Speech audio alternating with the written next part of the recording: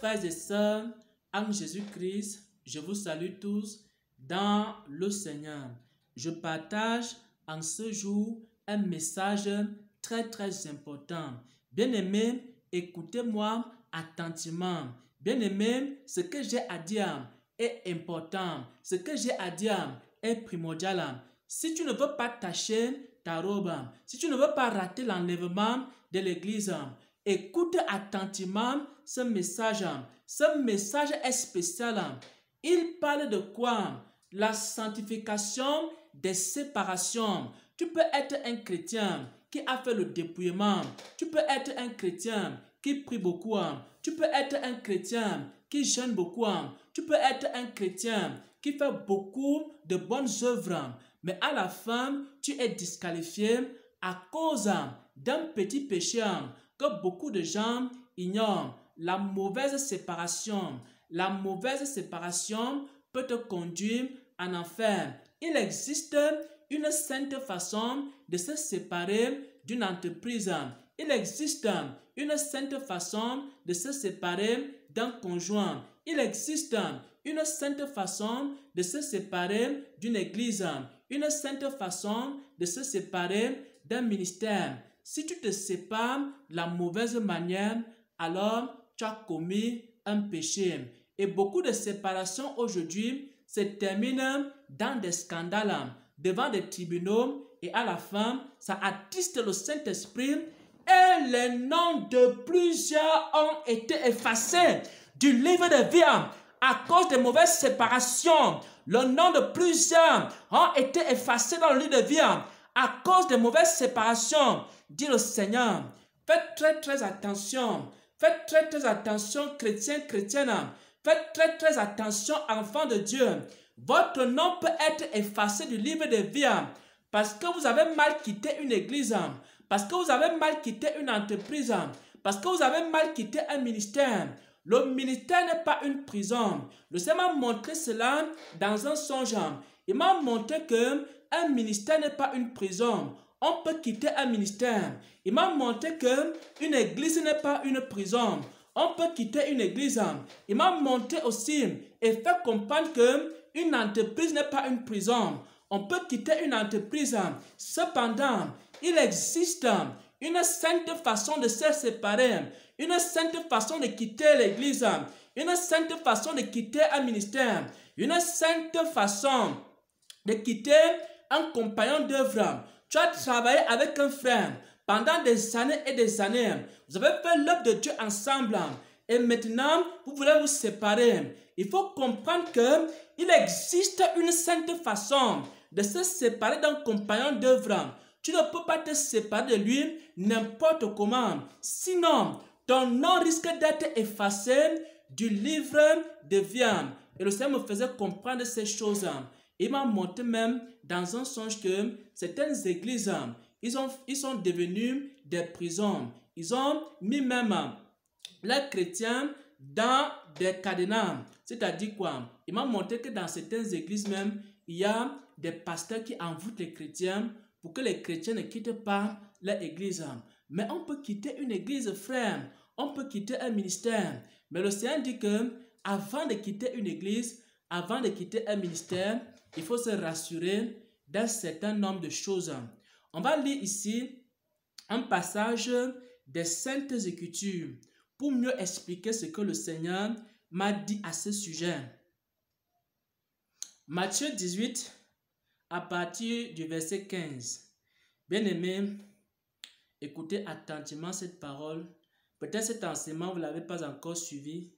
Et quand le Seigneur m'a expliqué cela, moi-même, ça m'a beaucoup touché. Écoutez, si ton frère a péché,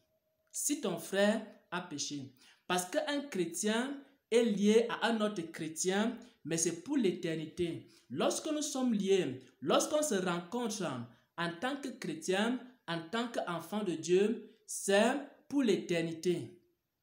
Il dit, si ton frère a péché, ton frère, ce n'est pas un frère pour 10 ans, ce n'est pas un frère pour 20 ans, ce n'est pas un frère pour 30 ans, ton frère est un frère pour l'éternité. Si par exemple, tu as rencontré un pasteur, un frère, une sœur, dans une église, ton frère ou ta soeur est ton frère pour l'éternité. La même manière que vous allez vivre la fraternité sur la terre, vous allez aussi vivre la même fraternité au ciel. Il dit ici, si maintenant ton frère a péché, va et reprends l'eau. Ça, c'est la première chose ici que le Seigneur m'a fait comprendre.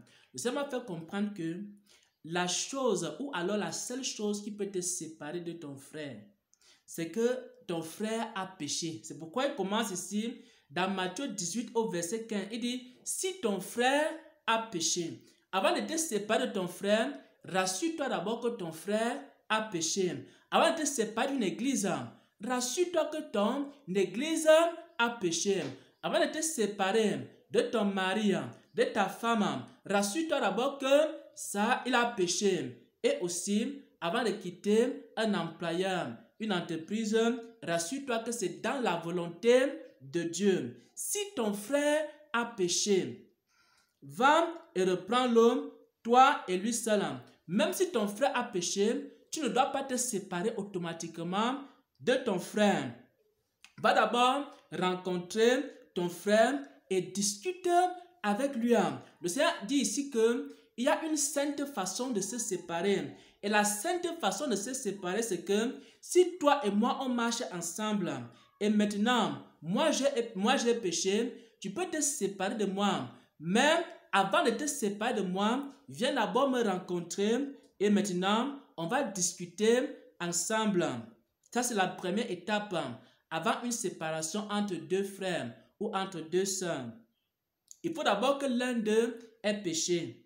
Et maintenant, si ton frère a péché, va le rencontrer, reprends-le entre toi et lui seul. Première étape. S'il t'écoute, tu as gagné ton frère.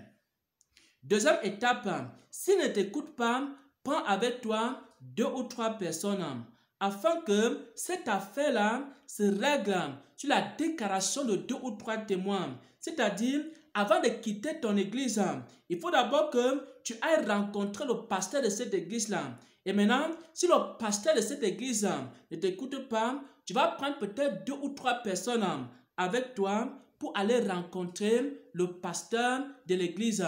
Si par exemple ton compagnon d'œuvre a péché, il faut d'abord aller rencontrer ton compagnon d'œuvre. S'il ne t'écoute pas, va le rencontrer avec 2 ou 3 personnes. Ça, c'est la deuxième étape. Lorsqu'il n'a pas accepté de te recevoir, alors tu prends avec toi 2 personnes et vous partez le rencontrer. Troisième étape, s'il ne t'écoute pas, s'il refuse de les écouter, dis-le à l'église.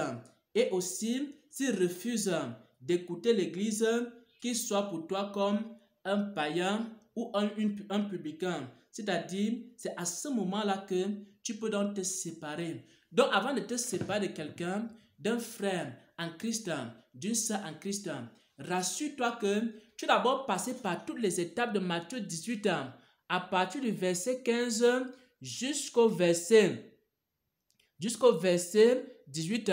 Si tu n'es pas passé par toutes ces étapes-là, alors ta séparation est une fausse séparation. Aux yeux de Dieu, tu es un pécheur.